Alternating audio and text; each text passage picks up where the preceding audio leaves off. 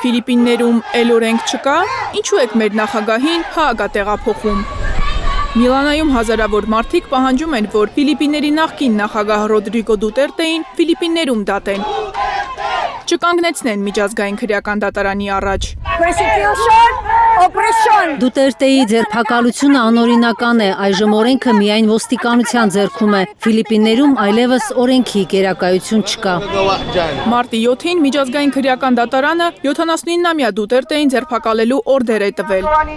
Ֆիլիպինների նախկին նախագահը մեղադրվում է մարդկության դեմ հանցագործությունների համար, որոնք կատարվել են թմրանյութերի դեմ պայքարի ընթացքում։ Նա կասկածվում է 30,000 մարդու սպանելու համար։ 2016 թվականին թմրանյութերի դեմ պայքարի խոստմամբ իշխանության եկած Դուտերտեն նախագահ դառնալուց անմիջապես հետո անողոք պայքար է սկսել թմրամոլների և թմրավաճառների դեմ։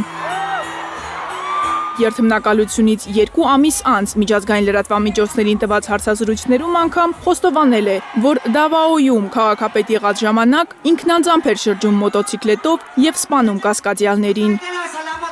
Դուտերտեի խոսքով ինքն այդպես օրինակ էր ցույց տալիս ոստիկաններին. «Եթե ես կարող եմ դա անել, ինչու դուք չեք կարող»։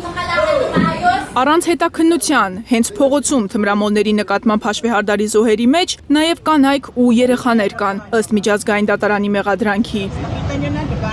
Ֆիլիպինների ոստիկանության տվյալներով Դուտերտեի պաշտոնավարման 6 տարում 7000 մարդ է սպանվել թմրանյութերի դեմ պայքարի շրջանակներում։ Հաագայի դատարանին նշած 30,000 զոհվածների մեծ մասին, ըստ Ֆիլիպինների ոստիկանության, իրենք չեն սպանել։ Այդ մարդկանց անհայտ զինված անձինք են գնդակահարել։ Որոշ ոստիկաններ խոստովանել են, որ թմրանյութ օգտագործելու կամ վաճառելու համար կասկածվող յուրաքանչյուր սպանված քաղաքացու դիմաց իրենք $150-ից $300 են ստացել։ Այն, ինչ կատարվում է հիմա ոտնձգությունների, հետապնդումների, ճնշումների հետևանք է, դա դիվերսիոն գործողություն է։ 86% վարկանիշով իշխանության եկած Դուտերտեի աջակիցները ցանկանում են, որ իրեն սիրելի նախագահը պատասխանատվության ենթարկվի Ֆիլիպիններում, եթե մեղավոր է։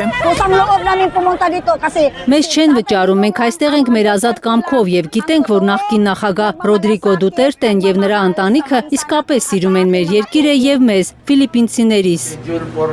Կալանավորման պահին Դուտերտեին թույլ չեն տվել տեսակցել փաստաբաններին, օգնականներին և բժիշկներին։ Դուտերտեն հերքել է, թե ինքը մահվան ջոկատներ է ղեկավարել ու նշել է, թե սպանության հրաման տվել է միայն ինքնապաշտպանության համար։ Մարիամ Ամիրջանյան, Սմբատ Ասլիկյան, Հայլուրի համար։